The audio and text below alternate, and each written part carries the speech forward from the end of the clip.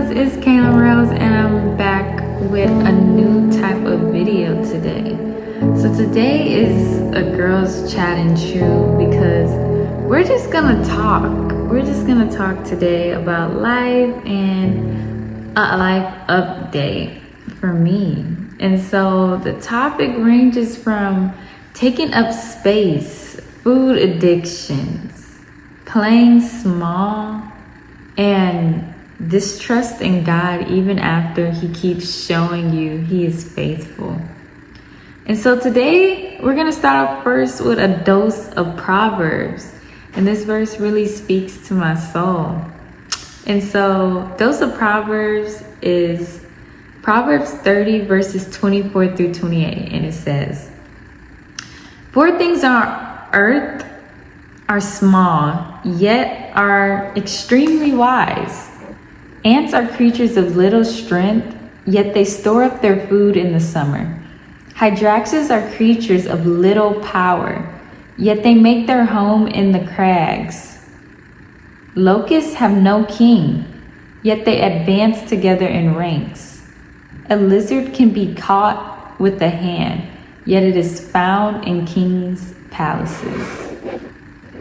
And so what I heard God singing over me, only because of working out this morning, the song played, "Every little step of the way, I will be here every little step of the way." I don't know if y'all heard that song, but that was like to me a message from God saying like every little step of the way, He is with us and He is with me. And so that's just what I want to start off with. And so we overcome by our testimony. So another testimony is that I have gone raw vegan. And this is because I was still struggling when I did a Daniel fast. I found out when you fast, it reveals like what's still in you, like that's lying dormant. And out of nowhere, while I was just doing my regular Daniel fast because I'm already vegan, I had this strong craving for cinnamon rolls, and I had to saturate it. So I ordered some cinnamon rolls. Tell me why I ate like 5 cinnamon rolls, and then it only came with 8.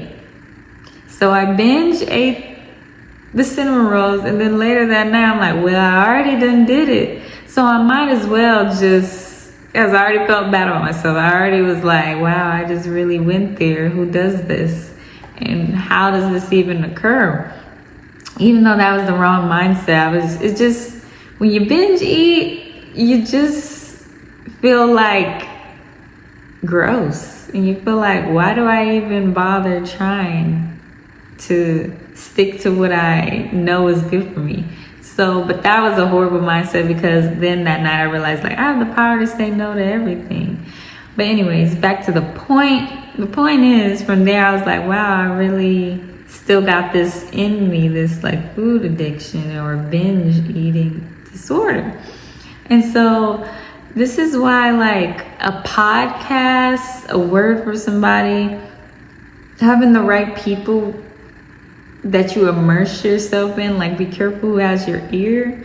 Because I listened to a podcast of Black girls affirmations, and I thought I didn't even know the like guest speaker, which was Chrisette Michelle, but I actually know her song. Like one of her songs is like, "I think I'm just about over being your girlfriend, I'm leaving." And so I'm like, oh, her. And she just was vulnerable enough to say she had a eating disorder and she went raw vegan for 3 years. And see, I was the regular vegan where you could still have honey, you can have this, you can have that. Raw vegan is literally fruits and vegetables and nuts. And so I told God, like, okay, I can do that, because she was talking about how she's eating wings now, but it's like she had to go through a period of detoxifying, I guess, from unhealthy eating practices she had. But I'm not saying I'm only gonna do 3 years. It may be a lifetime, but I just knew something had to break, something gotta give, and it was either gonna be me giving up or I give in to letting go of the food that I'm addicted to. And so I gave it to God. By faith, I'm like, I'm gonna live to do this, because eating too fast, not gonna work. Eating the wrong foods till I binge and I can't even move, that's not gonna work. So that was like the only solution that I knew I had to, by faith, trust in God to give me the heart posture to do it, because I don't want to. Like, let's be for real. Who wants to commit to something when you love some burger, you love some pasta? Like, you don't just want to willingly admit to God that I want to be a raw vegan. So I asked God to like help me desire what you desire, or your heart, because I can't like do this on my own. And so from there, I learned that unlearning is scary. It's definitely like death, but I knew it was beneficial. So all I could do was pray. I had to go on a 3-day fast to detox whatever was out. And I prayed for organic groceries, and the Lord provided. And I'm going to show that video I got restocked, like another restart. And it's been a beautiful journey. It's definitely been, I've been awakened, I've been joyful, I've been glowing, I've been waking up with ease. I go to sleep properly. I can have fruits all day. I can have smoothies all day. I can eat whatever I want, because this is all that I eat. So it's a pro. It came with some perks. Now, I don't know if I'm gonna get tired because it's day 4, but so far I'm not tired of it, because it's so refreshing, and you feel definitely closer to God, and it's just the relationship blooms. You get more vulnerable, you get more real with yourself, you get more connected to your body. It's just really good to cleanse yourself of what harms you. And so next, I just want to talk about how God clears the room when it's time for you to take up space. See, this is where the kind of proverb kind of ties in, where you think you're little, you think you're small, but what God is about to do in your life, He kicks everyone out. Just like when a mother is delivering in the delivery room, all the doctors is like, they only allow one person in, 1 to 2 people in, because everything has to be disinfected, sterilized, and the room has to be in a proper setting and environment for the baby to be delivered. And that is the same that has been happening for me, and I know it's going to be happening for you. So don't be surprised when you have to be in a season of just prolonged isolation, because you're going to be delivering birth to a lot of things, and too many distractions on top of you probably healing from trauma. It weighs you down more than the stuff God is trying to birth through you. Whether that's unlearning, it's like a detoxing, purification type of birth going on. It's a rebirth, that's what you call it. God is like rebirthing me, but I know He's gonna be rebirthing some of y'all. So I just want to let you know that while you're going into your rebirth, it's not for us to sit still. It's not for us to sit back and relax unless He calls us into it. Like, it's definitely a tango with God. 1 minute you're resting, 1 minute He's calling you to start this, do this, walk by faith, apply for this, talk to them, do this. And so you just have to stay connected to God, because in your rebirth, He's trying to open your eyes to see that your small things aren't really small. They're your next steps to restoration, restoring everything the locust stole from you. So that's how the ants are wise. The Proverbs that says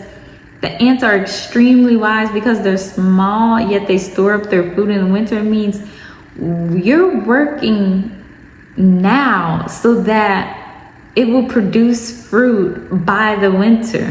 By the winter time, all the efforts that you're putting in now will start to show, will start to pay off.